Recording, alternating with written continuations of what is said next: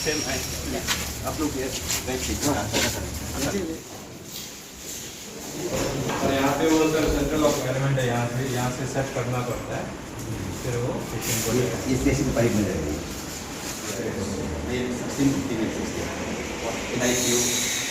तो जो भी रिक्वायरमेंट है यहाँ से सेट करना पड़ता है, फिर वो पेशेंट को इस देश की पाइप में रहेगी।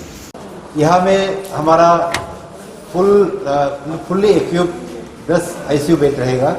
उसमें वेंटिलेटर्स होगा, मॉनिटर्स होगा, डिफिब्रिलेटर होगा, सक्शन मशीन होगा, इन्फ्यूजन पंप्स होगा। सो फुल्ली, और हर बेड का सामने में एक ऑक्सीजन सप्लाई का पॉइंट होगा। तो वो अभी फिलहाल हम 10 तक के लिए अरेंज किया है। जरूरत पड़े तो हम लोग 15 तक जा सकते हैं यहाँ। और वार्ड में हमारा मेल वार्ड 16 बेड का है, फीमेल वार्ड 16 बेड का है। उसमें हर बेड में मॉनिटर रखेगा, हर बेड में ऑक्सीजन कनेक्शन है, और बाकी जितना भी जरूरत है उसमें लगाया हुआ है। और हमारे पास और NICU है, जो न्यूनेटल ICU कहते हैं, क्योंकि यहाँ पे डिलीवरी भी होने वाला है कोविड पेशेंट वाला, उसके लिए बेड रखा हुआ है। वी हैव लेबर रूम भी है, फुल फ्लेजेड लेबर रूम, उसमें सब इक्विपमेंट रहेगा। We have operation theatre OT है, उसमें हम लोग सिजेरियन सेक्शन कर सकते हैं, एपेंडिक्स सेक्शन भी कर सकते हैं, कोई इमरजेंसी कोई ऑपरेशन आए हम लोग कर सकते हैं। और हम लोग के पास डायलिसिस मशीन, दो डायलिसिस मशीन होगा, आपने देखा भी होगा ऑलरेडी, उसमें जो है RO प्लांट वगैरह लगाया हुआ है।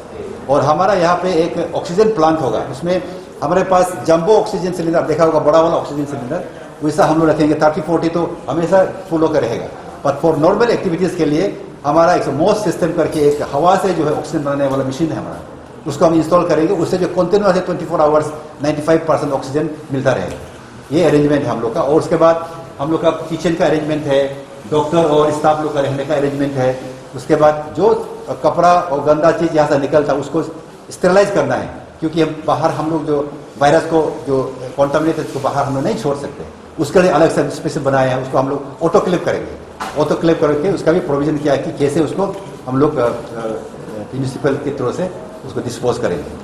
अभी तक तो ये है। एंड हम लोग ये सोच रहे हैं कि इतना करने के बावजूद भी ऐसा ही हो कि कोई पेशेंट या ना आए, मगर हम लोग बिल्कुल तैयार है, 100% तैयार है। और इसके आगे भी अगर फ्यूचर में और भी ज़्यादा केस हो गया, उसके लिए भी हम मेंटली प्रिपेयर्ड है। इसको हम लोग ऐसा प्लान बनाया है कि इसको आगे हम लोग 380 या 400 बेड का कोविड हॉस्पिटल बना सकते हैं, और 50 से ज़्यादा ICU बेड बना सकते हैं। ये प्लान हम लोग कर रहे हैं, अभी पेपर वर्क कर रहे हैं इन केस, क्योंकि हमें जो है हमेशा एक स्टेप आगे रहना है, तो नी जाट रिएक्शन नहीं होना चाहिए। इसीलिए हम लोग हमेशा एक ये है। और इसके साथ साथ हम ये सोचते हैं कि एक बार हमारा ट्रिप्स मेन हॉस्पिटल फ्री हो जाने से पब्लिक का जो अभी तकलीफ हो रहा है वो बहुत हद तक दूर हो जाएगी। और आपने पूछा था एक मेन पावर के बारे में, बात सही है, क्योंकि जो एग्जिस्टिंग मेन पावर है उससे खींच खांच के हम लोग काम चला सकते हैं। मगर प्रॉब्लम ये है कि अभी बीच में हम किसी को कोविड पॉजिटिव हो जाता है, कोई बीमार हो जाता है, उसको क्वारंटाइन में एक ग्रुप को रखना पड़ता है। इसीलिए हम लोग का मेन पावर स्टेज आउट है। तो डॉक्टर्स जो है अभी स्पेशली जूनियर रेसिडेंट और मेडिकल ऑफिसर का जो हम लोग थोड़ा कमी था, उसको हम लोग अभी फिर से जो हम लोग पहले इंटरव्यू करके रखा हुआ है उसको हम लोग अपॉइंट कर रहे हैं, मतलब अपॉइंट कर रहे हैं। तो वो अभी होगा, जैसे सर ने बताया। बाकी सर्विस जो कुकिंग है, सिक्योरिटी है, क्या क्या उसको हम लोग आउटसोर्स करना पड़ेगा। तो the issue of manpower is definitely there, but so far we are totally prepare for it. कहाँ तक प्रोग्रेस हुआ?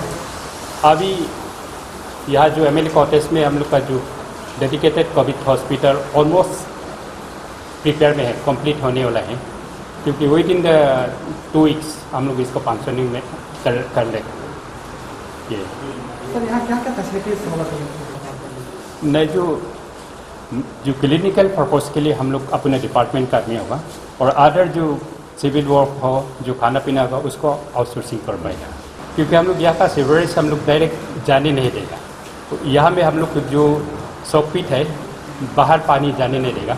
सॉकपिट अच्छा से, और स्पेशली कोविड पेशेंट के लिए तो और अच्छा से बनाना पड़ेगा। और जितना यहाँ से वास्ट जो मटेरियल जाएगा, उसको हम लोग जो जितना भी यहाँ मटेरियल यूज़ करके जाएगा, उसको हम लोग पहला सैनिटाइज करेगा। इसके बाद हम लोग उसको ऑटोक्लेव करेगा। उसका बाद ही हम लोग म्यूनिसिपल कॉर्पोरेशन में डिस्पोज ऑफ के लिए भेजेगा। तो यहाँ से जो भी जाएगा, मतलब कुछ डरने का नहीं है, कुछ उसमें इन्फेक्शन होने का कुछ जरूरत ये नहीं। टीम्स ने बता रहा कि ऑन और before 2 weeks it will be functional. ये फंक्शनल में हो जाएगा। लेकिन मेरा भगवान से यही एक प्रेयर है, विनती है कि हमारा अरुणाचली आदमी कोई भी यहाँ सब सही सुरक्षित रहे ताकि यहाँ ट्रीटमेंट के लिए ना आए, ऐसा इतना तक तो बीमार ना हो। कि हम लोग ये कोविड हॉस्पिटल तो बना तो रहा है, लेकिन हम लोग यही प्रे करेगा कि कोई यहाँ ट्रीटमेंट के लिए ना आए ताकि सब सुरक्षा रहे। तो ये है। और उसका बाद ये एक तो जो है इसको ट्रिम्स, इसको एमएलए अपार्टमेंट बनाने का जो कारण था कि हम लोग जो ट्रिम्स जो है कोविड, ये एमएलए अपार्टमेंट में जो ये कोविड हॉस्पिटल बनाने का कारण जो है ट्रिम्स को हम लोग अभी पब्लिक के लिए यूटिलाइज करना है फॉर ऑल हेल्थ पर्पज के लिए। तो सबसे इम्पोर्टेंट ये था कि वहाँ में कोविड हॉस्पिटल बनाने से पब्लिक वहाँ ट्रीटमेंट के लिए जाता नहीं है। तो अभी हम लोग यहाँ में सेग्रीगेट कर दिया, तो अभी शायद लोग उधर चले जाएंगे। तो with this I also appeal you all to be part of the fighting against this pandemic.